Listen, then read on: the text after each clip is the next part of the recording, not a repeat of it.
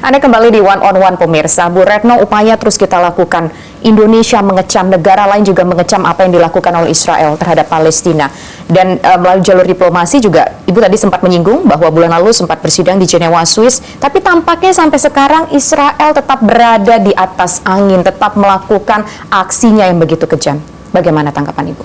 Iya, jadi memang situasi sangat sulit. Kita tahu persis bahwa kita akan menghadapi situasi yang sangat sulit. Tetapi pertanyaannya adalah, dengan situasi yang sulit seperti ini, apakah kita akan berhenti? Karena sulit, ya udahlah, menyerah. Buat saya, enggak. Kita tidak boleh menyerah, dan kita justru harus memperbanyak teman supaya dapat melakukan at least pressure internasional kepada Israel, plus memperbanyak teman untuk membantu masyarakat Palestina. Tidak saja tentunya fokus sekarang ada di Gaza, tetapi ada juga yang di tepi barat yang perlu dibantu juga. Jadi intinya seperti itu, kita bersatu, kita perbanyak teman untuk melakukan pressure terus menerus dan juga membantu bantuan kemanusiaan. Kita tahu persis apa yang sudah dilakukan Israel ini sudah sangat melampaui batas, sudah melanggar hukum internasional dalam sense apapun. Dilihat dari sisi, dari angle, dari sudut manapun, sudah sangat melanggar hukum internasional, kemudian resolusi-resolusi Dewan Keamanan PBB. Oleh karena itu, dari waktu ke waktu, selain kita memperbanyak teman, kita juga melakukan komunikasi dengan negara-negara inti, negara-negara kunci. Misalnya, kita bicara juga dengan Amerika Serikat. Karena kita tahu bahwa Amerika Serikat to some extent, dia punya pengaruh kepada Israel. Kita tahu juga kesulitan-kesulitan yang dihadapi oleh Amerika Serikat, karena ini juga menjelang pemilunya dia di bulan November. Tetapi I keep talking, communicating dengan Amerika Serikat. Terakhir saya bicara dengan Secretary Blinken, Antony Blinken di Seoul waktu Summit for Democracy. Dia ada di sana, saya sempat bicara sebentar. Saya sampaikan bahwa saya melihat ada perubahan secara pelan kebijakan Amerika terhadap Israel. Karena bagaimanapun juga sebagai manusia, ya kan, sebagai negara dan sebagai manusia, pelaku dari negara, dari pemerintahan ini kan manusia juga. Kalau dia melihat penderitaan yang begitu setiap hari, kalau dia tidak terusik, saya kok pertanyaannya, mosok sih kamu nggak terusik? Tampaknya terusik, tentunya harus disesuaikan dengan kondisi dalam negeri. Bagaimanapun juga politik dalam negeri pasti akan menjadi pertimbangan yang kuat. Tetapi saya melihat ada ini, dan saya sampaikan kepada Secretary Blinken, please terus jalan untuk memperbaiki situasi. Jadi itu yang pesan itu yang saya sampaikan ke Secretary Blinken. Jadi saya tidak akan menyerah, kita akan terus konsisten, memperbanyak teman, memberikan tekanan yang lebih besar, dan memperbanyak bantuan yang kita berikan kepada masyarakat Gaza yang memang sudah sangat-sangat memprihatinkan kondisinya saat ini. Semua mendesak supaya Israel mau menghentikan aksi kekejamannya di Palestina. Bahkan juga beberapa hari yang lalu, pihak dari Amerika Serikat meminta sebelum bulan suci Ramadan kemarin meminta supaya dilakukanlah gencatan senjata sementara waktu setidaknya. Tapi mereka tetap tidak mau melakukan gencatan senjata, Bu Retno. Pada saat sebelum Ramadan, saya berada di Doha. Saya bertemu dengan Perdana Menteri dan sekaligus Menteri Luar Negeri dari Qatar. Pada saat itu terjadi negosiasi. Negosiasinya memang panjang banget terkait dengan masalah pelepasan sandera dan sebagainya. Pelepasan sandera memang penting.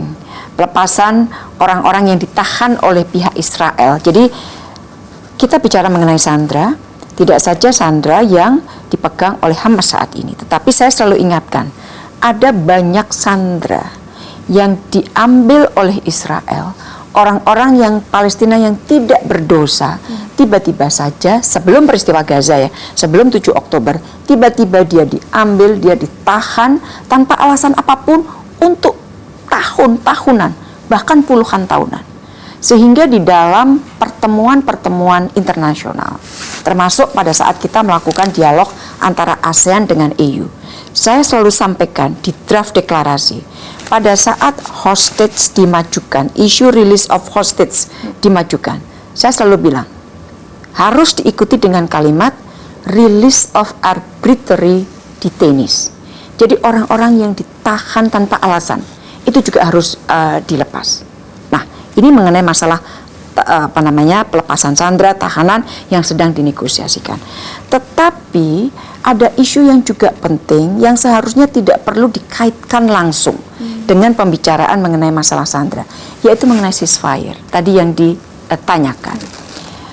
Ceasefire ini sangat sensitif. Saya tahu, kita tahu semua sangat sensitif. Tetapi at the same time kita juga tahu tanpa ceasefire tidak akan ada kondisi yang kondusif untuk memperbaiki situasi. Bagaimana kita bisa memperbaiki situasi kalau serangan terus dilakukan, kalau tidak ada gencatan senjata. Dan persis tadi yang disampaikan, bahwa pada saat saya bicara dengan Perdana Menteri Qatar, kita mencoba untuk mendorong, tentunya bersama dengan negara kunci ya, Amerika Serikat, mendorong agar terjadi gencatan senjata, apapun istilahnya. Yang kita inginkan adalah yang sustainable dan permanen. Tetapi mereka, Israel terutama, itu ceasefire yang sifatnya temporer. Tapi at least ada jeda lah selama bulan suci Ramadan. Berusaha dipush, tapi ternyata belum berhasil. Itu hanya menunjukkan bahwa semakin jelas apa yang dilakukan Israel dilihat dari apapun, dia sudah tidak peduli dan dia terus melanggar aturan. Memang pertanyaannya kita kembalikan kepada dunia, termasuk kepada Dewan Keamanan PBB, dan saya termasuk yang bersuara sangat lantang. Apakah dengan pelanggaran-pelanggaran seperti ini kemudian kita, Dewan Keamanan PBB, masih tidak akan mengeluarkan resolusi yang menyebutkan mengenai pentingnya gencatan senjata? Itu yang kita nantikan semua. Itu yang kita minta dan itu kita nantikan. Ngomong-ngomong soal PBB, kita juga melihat beberapa waktu yang lalu ketika dalam persidangan PBB, Bu Retno sempat walk out dari persidangan ketika perwakilan untuk Israel di PBB itu menyampaikan speech-nya. Kenapa pada saat itu walk out, Bu Retno? Walk out ini kalau di dalam dunia saya, di dalam diplomasi ini merupakan simbol atau ekspresi politik yang sangat kuat. Yang berarti bahwa kita protes terhadap orang yang sedang bicara, kita tidak setuju dengan apa yang dia sampaikan, dan ini juga bentuk dukungan, salah satu bentuk dukungan solidaritas kita kepada bangsa Palestina. Dan kita ingin tegaskan bahwa apa yang dilakukan Israel di Gaza sudah betul-betul di luar batas kemanusiaan. Saya tahu waktu walkout itu kemudian menjadi berita di sini tadi, by intention dengan kesadaran penuh saya lakukan. Dan itu pertama kalinya saya adalah diplomat karir.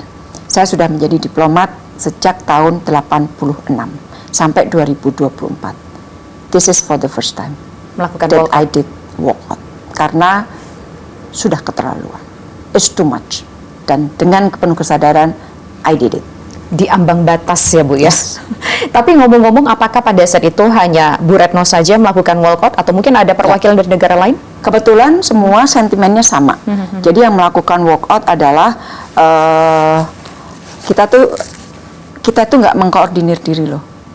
Jadi tapi karena kita punya rasa yang sama, maka itu terjadi bersamaan.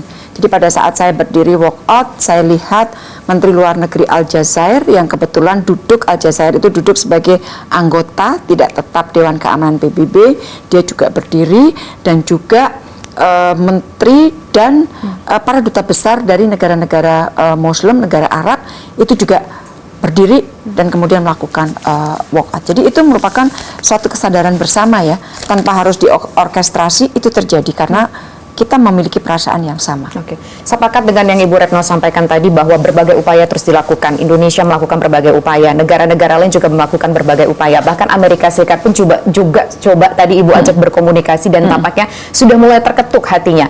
Tapi sampai sekarang belum juga ada perubahan dari Israel yang kita sebut tadi bahwa Israel ini berada di atas angin. Lantas ke depan masih adakah langkah ataupun upaya yang bisa kita lakukan, Bu Retno? Sesaat lagi akan dijawab usai jeda berikut. Kami kembali.